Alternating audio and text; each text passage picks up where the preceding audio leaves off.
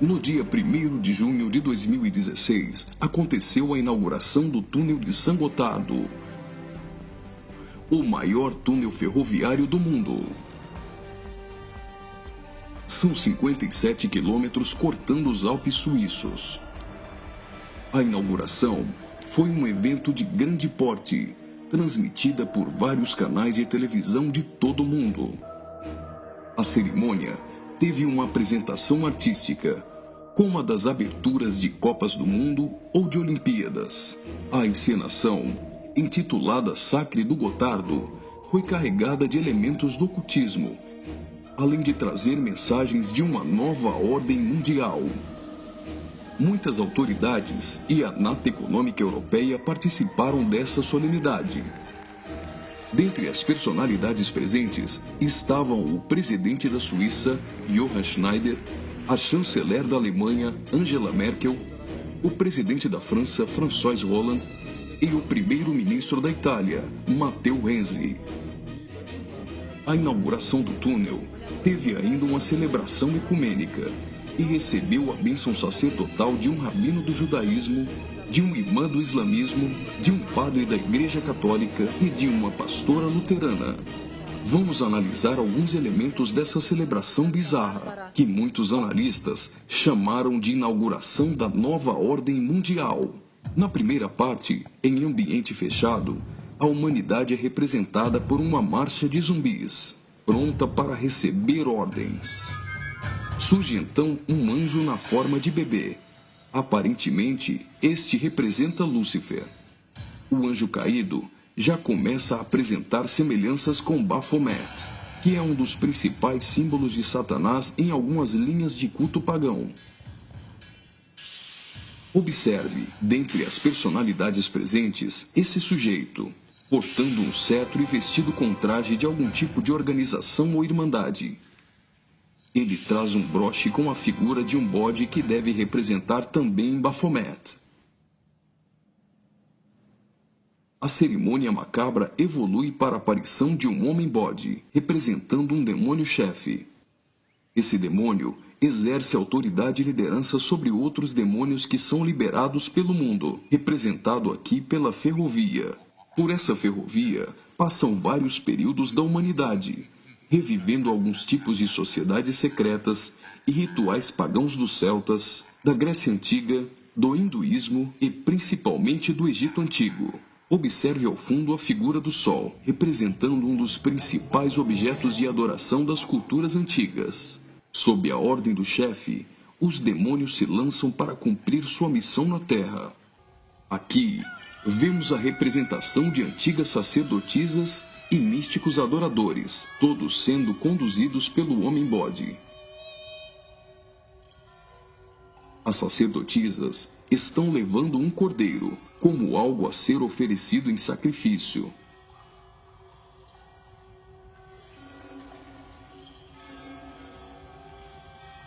Observe a semelhança dessas sacerdotisas de branco com as adoradoras de Ísis. E nesta exaltação de muitas formas de adoração pagã, não poderia faltar a coroação da Rainha dos Céus.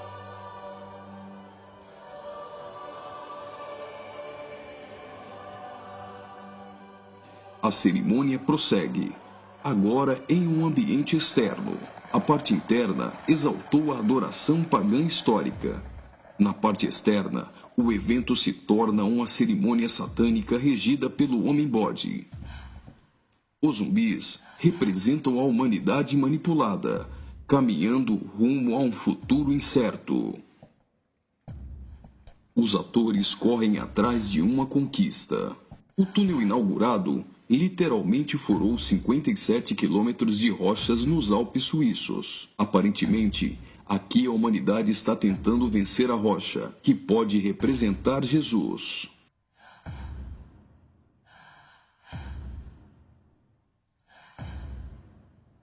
Por várias vezes, eles investem desorganizadamente contra a rocha, mas todas as tentativas são frustradas. Até o momento em que eles se unem e conseguem um importante progresso. Lembre-se que o espírito de Nimrod era unir o homem para vencer a Deus, e que esse túnel é o símbolo de integração entre os povos. Observe que eles conseguem a abertura de um portal. A representação desse portal lembra o CERN. O CERN é a Organização Europeia para a Pesquisa Nuclear. Está localizado na região de Genebra, na fronteira franco-suíça, a pouco mais de 200 quilômetros do túnel de Saint-Gothard. No CERN encontra-se o LHC, o maior acelerador de partículas atômicas do mundo e maior máquina que o homem já construiu. Ele tem 27 quilômetros de circunferência e está a 100 metros abaixo da superfície.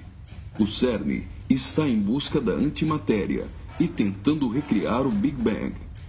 Mas o CERN também tem um propósito esotérico ocultista nem tanto oculto. Segundo a própria comunidade científica, o CERN pretende acessar outras dimensões e se conectar com forças desconhecidas.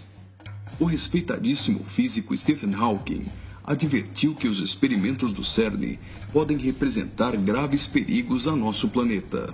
No prefácio de seu livro, Stardust, Hawking afirmou que o acelerador de partículas poderia causar uma decadência catastrófica do vácuo, o que levaria o tempo e o espaço a entrarem em um colapso. Isso poderia destruir não somente o planeta Terra, mas também o sistema solar e todo o universo.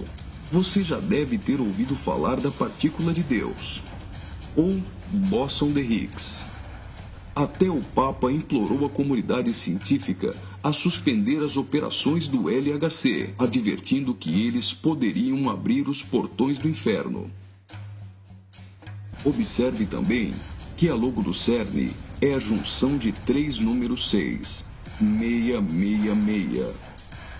As cenas seguintes mostram uma sociedade em transformação. Do portal que foi aberto, procede a direção para a humanidade. Veja que uma nova sociedade vai surgindo.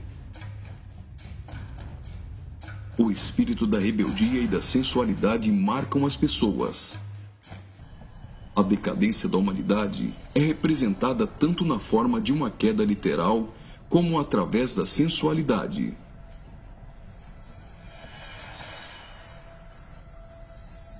Do portal surge um corpo nu, e logo as pessoas ficam endemoniadas.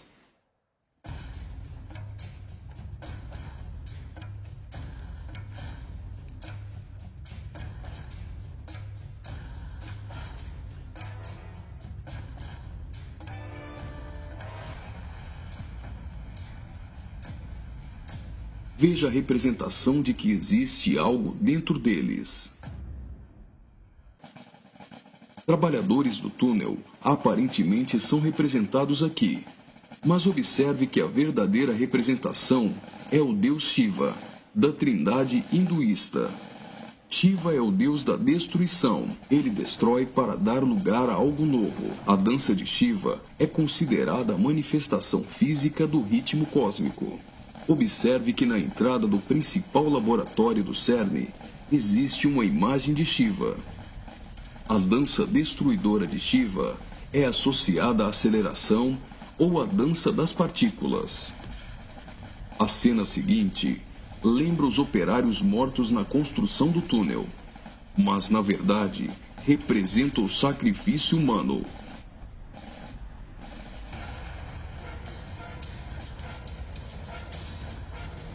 Veja que os corpos são lançados para dentro do abismo.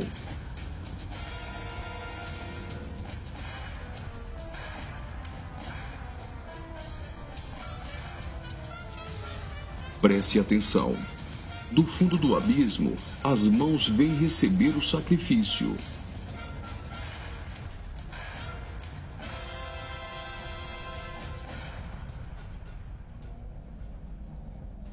A morte dos trabalhadores dá lugar a 3 almas que sobem do abismo.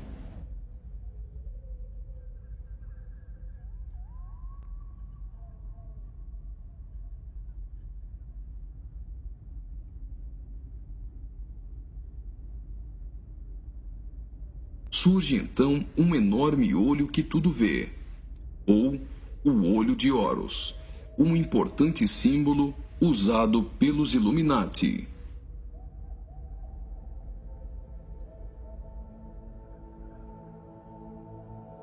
Agora, o Homem-Bode passa a ter um papel ainda mais importante na cerimônia, e as representações do livro de Apocalipse vão ficando mais evidentes.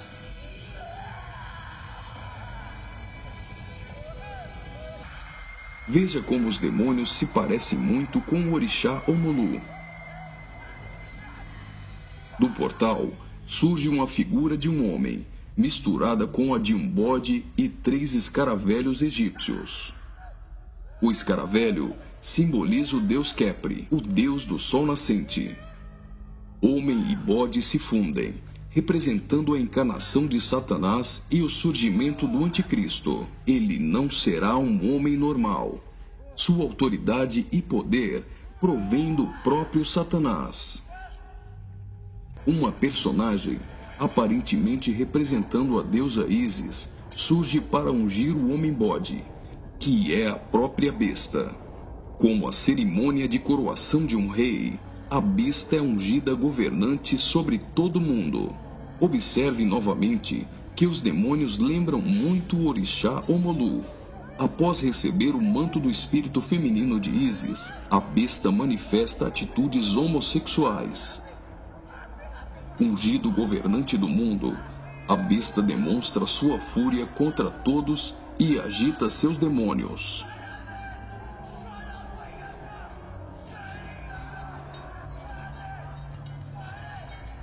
Logo, os demônios sob comando da besta ficam ouriçados.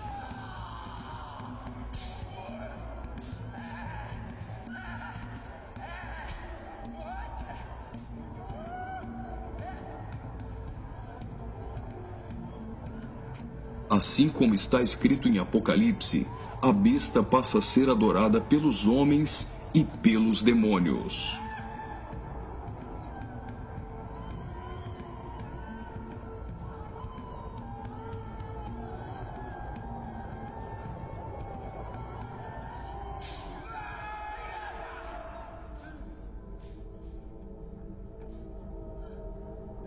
Observe agora o surgimento de 11 personagens, aparentemente representando a Igreja dos 11 Apóstolos.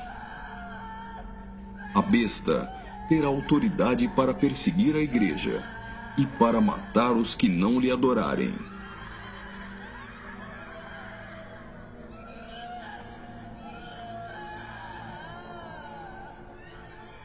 Observe que no telão a besta tem várias cabeças. Logo, a besta parece ter sido ferida na cabeça. Leva as mãos à cabeça e vai caindo. Segue-se então uma cerimônia fúnebre, com um antigo canto germânico do ocultismo. Veja essas pessoas carregando árvores secas invertidas. Observe que as raízes estão para cima. Assim como a cruz invertida é um símbolo do satanismo, tudo que se apresenta invertido representa o contrário. A imagem do telão é a árvore da morte, que é o contrário da árvore da vida.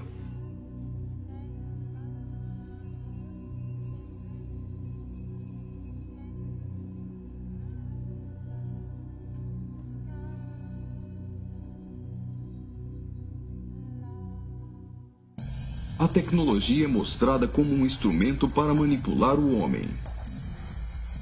O avanço da ciência nos últimos dias foi profetizado por Daniel.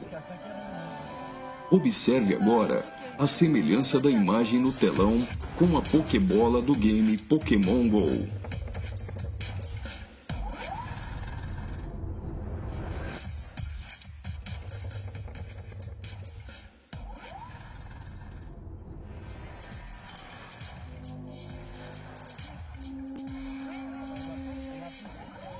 Enquanto na parte inferior da tela aparece uma segunda besta caminhando em direção à primeira, ao fundo surge a figura da grande meretriz.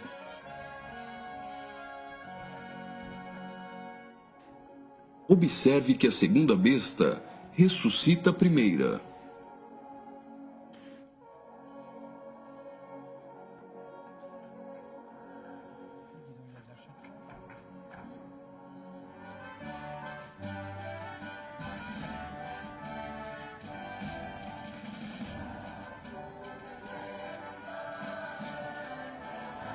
Note que os símbolos maçônicos estão presentes em várias partes da celebração. Aqui, temos o olho de Horus e o compasso com um esquadro. Os três personagens de cabeças grandes aparentemente representam as nações da Terra, os reis da Terra e os mercadores da Terra que foram embriagados e se prostituíram com uma grande meretriz. O relógio girando ao contrário provavelmente faz menção à profecia de Daniel, de que o anticristo mudaria os tempos, e fala da velocidade em que a nova ordem mundial será estabelecida. No auge da cerimônia, todos os personagens se lançam em adoração. Mas afinal, o que eles estão adorando?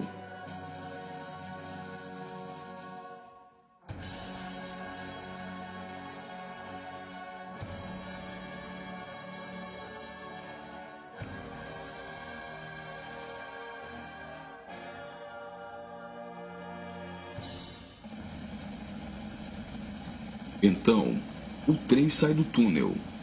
Mas certamente eles não estão adorando um trem. Eles adoram aquele a quem pensam que venceu a rocha. Eles adoram o grande dragão, a antiga serpente, que se chama Diabo e Satanás, o sedutor de todo mundo. Pensam que Satanás venceu a Cristo. A celebração é como se fosse uma grande vitória, como a consumação de uma enorme conquista.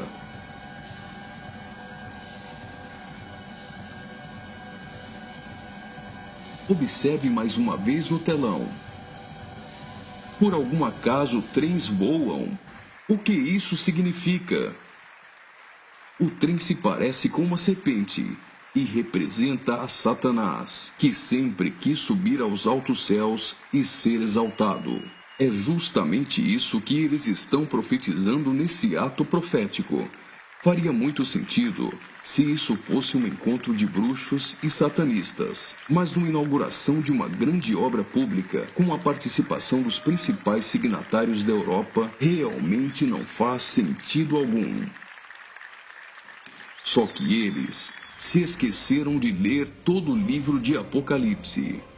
E vi a besta e os reis da terra com seus exércitos, congregados para pelejarem contra aquele que estava montado num cavalo e contra seu exército. Mas a besta foi aprisionada, e com ela o falso profeta, que com sinais feitos diante dela, seduziu aqueles que receberam a marca da besta, e eram os adoradores de sua imagem. Os dois foram lançados vivos dentro do lago de fogo, que arde com enxofre. Apocalipse capítulo 19, versículos 19 e 20.